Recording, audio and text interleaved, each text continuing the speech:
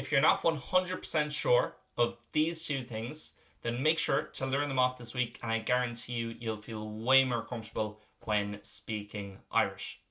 Ibrahim, the big 5 prepositions, those being egg, do, le, and o. So why are these so important? Well, firstly, as you probably know, they behave quite differently to how they would in English. In English, I might say at me, at you, at him, but in Irish, we essentially conjugate the preposition. So at me would be agam, at you agat, and then ega for at him, and so on. It changes for every person. But even more so than that, it's the frequency at which we're going to be using these 5 prepositions.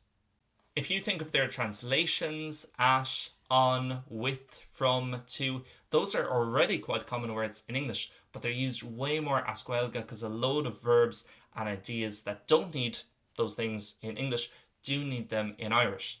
Take, let's say, the verb meet or the verb listen. Both of them are impossible to say in Irish without using le, meaning with. And often we're going to have to point that at someone, with us, with them, with her, whatever it might be. Equally, anytime I'm communicating the idea of have, I have a dog, you have a pen, I need to use egg. So tá madra agam, tá pean agat.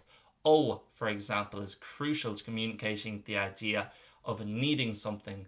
I needed help, fi cawer ag tastal wem. You need a book, tá lawer ag tastal wech. So these come up all the time with a load of different verbs, pretty much every second sentence, and you need to have them down to the point where I can say from them, and you know it's wehu. With us, lin. At him, ega. That it's as quick as that, going to make a massive difference to how comfortable you feel when speaking. Iver though na bríomhre neamhrialta, the irregular verbs, and this is for a similar reason in the sense that you're going to be using them all the time.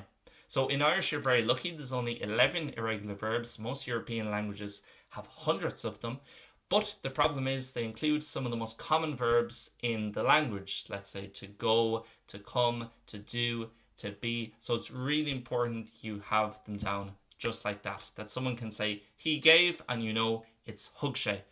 Someone can say I will go and it's rockime, just as quick as that. They're going to be coming up every second sentence if you can learn the past, present, future, and also the verbal nouns. That's things like torch, dainav, clushdal, for example, which will help you do the continuous and also the infinitive.